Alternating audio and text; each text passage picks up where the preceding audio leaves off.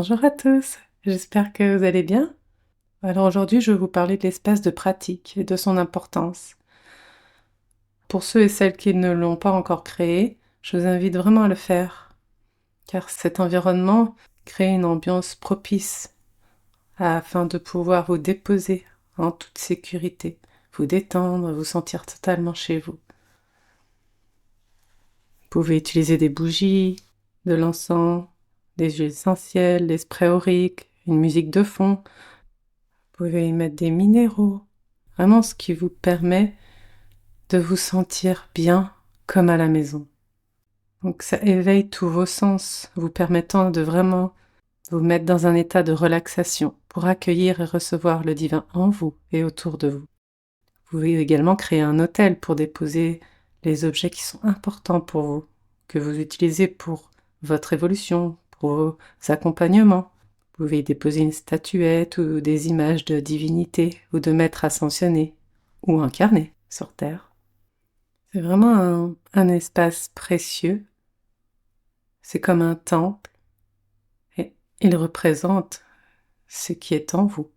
Donc, à vous de vous faire plaisir pour y mettre vraiment tout ce qui est important, précieux pour vous. C'est également un espace d'accueil, une invitation pour recevoir et accueillir les énergies et les fréquences divines que vous appelez pour vous soutenir et vous accompagner dans votre cheminement. Donc comment aimeriez-vous être invité, vous? Plus il y a la beauté, plus c'est agréable à regarder. Cela attire les fréquences, les divinités. Alors si c'est possible pour vous, dédiez un endroit spécialement pour ça. Évitez les lieux de passage comme un salon ou une cuisine.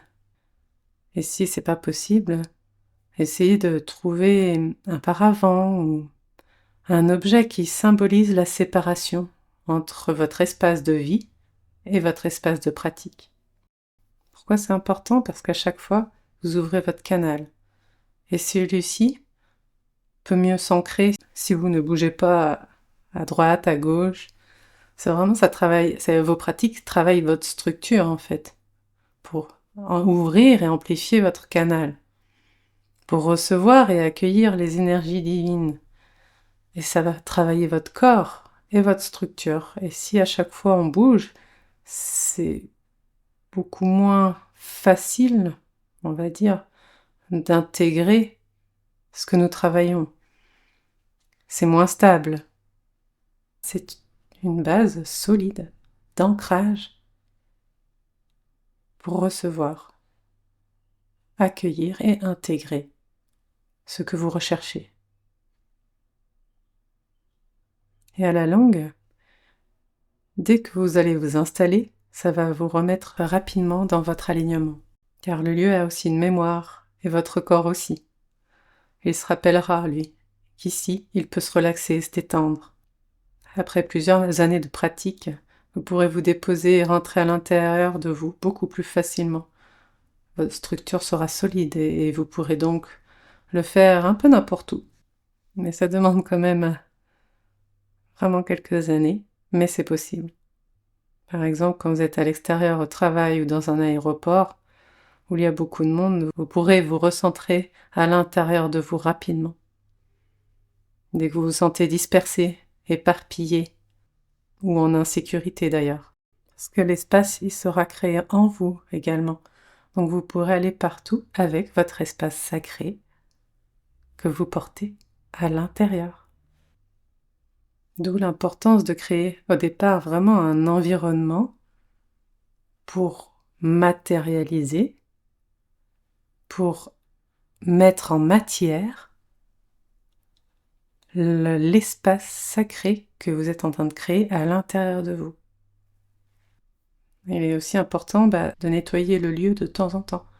Vous pouvez utiliser la sauge, de la résine, de l'encens, des symboles Reiki, ou une toute autre manière vous connaissez. Mais ça aussi, parce que des fois vous allez faire un travail de nettoyage, donc après c'est ouvrir la fenêtre, sauger avec une feuille, pas besoin de faire une fumigation, une feuille avec l'intention, soit de remettre à la terre, soit de remettre à l'archange Michael, Et par vos pratiques, vous activez constamment l'énergie et les fréquences avec lesquelles vous travaillez. Donc il est également important de demander que cet espace s'harmonise avec l'ensemble de l'habitation et de ses habitants, si vous sentez que c'est nécessaire. Parce que des fois, l'énergie, elle peut être puissante, et les personnes qui vivent avec vous, cela peut créer vraiment des conflits sans raison particulière.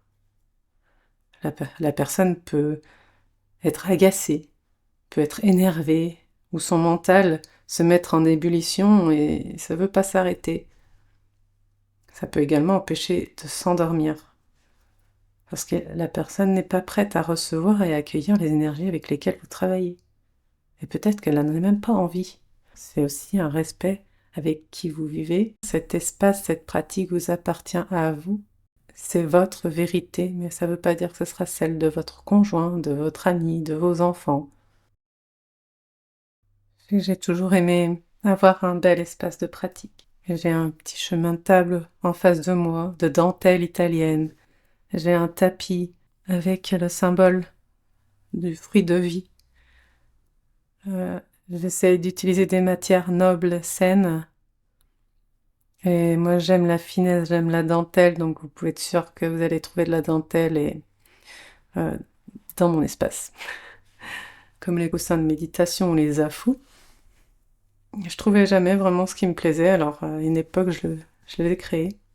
J'y ai mis aussi des livres comme La vie secrète de Jeshua. Qu'est-ce que je peux avoir ici? J'ai aussi les lettres hébraïques, la rencontre avec la splendeur. J'ai mes oracles. J'ai ma petite pochette avec mon malade, des cristaux. J'ai mes koshis.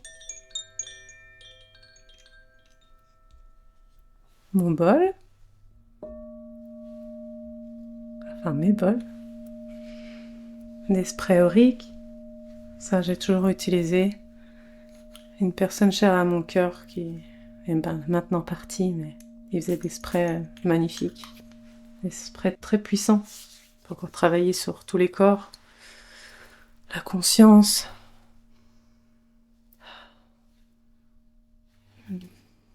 Les huiles divines, les huiles sacrées.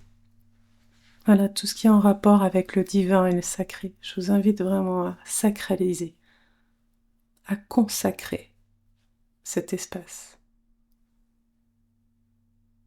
C'est votre relation avec vous et le divin. Cet espace, c'est le miroir de votre relation avec vous-même et avec le divin. Donc, ouvrez-vous à votre pleine créativité, et à vos ressentis, à vos envies, vos besoins. Voilà, je vous souhaite une belle pratique de reconnexion avec vous-même et le divin en vous. À bientôt. Bye!